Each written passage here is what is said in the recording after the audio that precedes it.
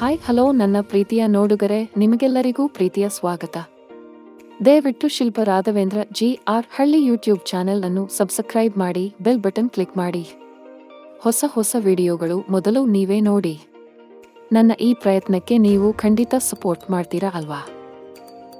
ಬನ್ನಿ ನೋಡುಗರೆ, ಕಡಿಮೆ ಸಮಯದಲ್ಲಿ ಸಿಂಪಲ್ ಆಗಿ ರುಚಿಯಾದ ಶಾವಿಗೆ ಉಪ್ಪಿಟ್ಟು ಮಾಡೋದು ಹೇಗೆ ಅಂತ ನೋಡೋಣ.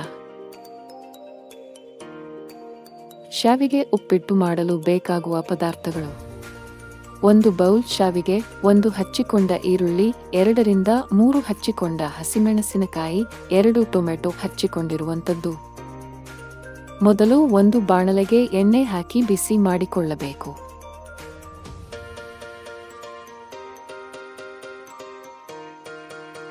ನಂತರ ಸಾಸಿವೆ, ಜೀರಿಗೆ, ಕಡಲೆಬೇಳೆ ಹಾಕಿ ಫ್ರೈ ಮಾಡಿಕೊಳ್ಳಬೇಕು.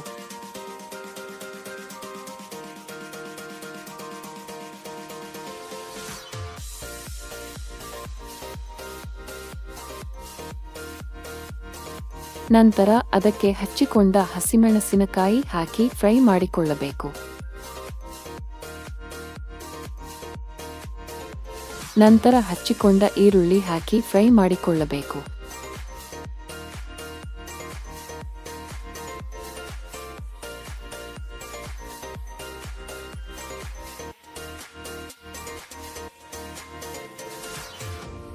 ನಂತರ ಹಚ್ಚಿಕೊಂಡ ಟೊಮೆಟೊ ಹಾಕಿ ಫ್ರೈ ಮಾಡಿಕೊಳ್ಳಬೇಕು.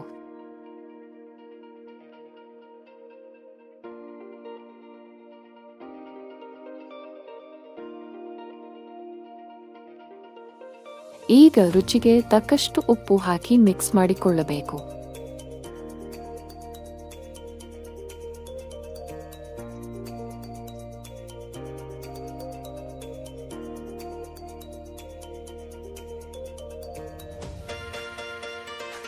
ನಂತರ ಶಾವಿಗೆ ತೆಗೆದುಕೊಂಡ ಬೌಲ್ನಲ್ಲಿ 2 ಬೌಲ್ ನೀರನ್ನು ಹಾಕಿಕೊಳ್ಳಬೇಕು.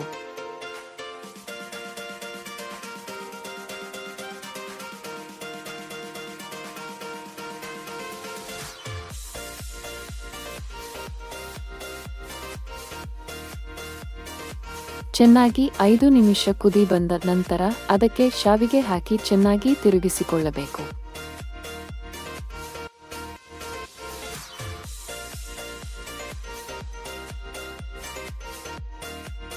5 ನಿಮಿಷ ಚೆನ್ನಾಗಿ ಬೇಯಿಸಿಕೊಳ್ಳಬೇಕು.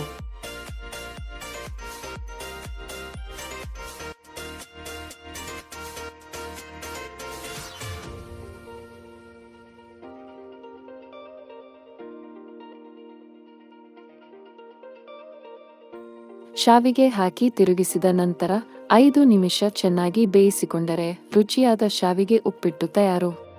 ಚಟ್ನಿ ಅಥವಾ ಚಟ್ನಿ ಪುಡಿಯೊಂದಿಗೆ ತಿಂದರೆ ಆಹಾ, ಎಂತಹ ಸ್ವಾದ! ದಯವಿಟ್ಟು ವಿಡಿಯೋ ಇಷ್ಟ ಆದರೆ ಲೈಕ್ ಮಾಡಿ, ಶೇರ್ ಮಾಡಿ, ತಪ್ಪದೆ ಎಲ್ಲರೂ ಚಾನೆಲ್ ಸಬ್ಸ್ಕ್ರೈಬ್ ಮಾಡಿ ಸಪೋರ್ಟ್ ಮಾಡಿ. ಮುಂದಿನ ವಿಡಿಯೋದಲ್ಲಿ ಸಿಗ್ತೀನಿ. ಧನ್ಯವಾದಗಳು.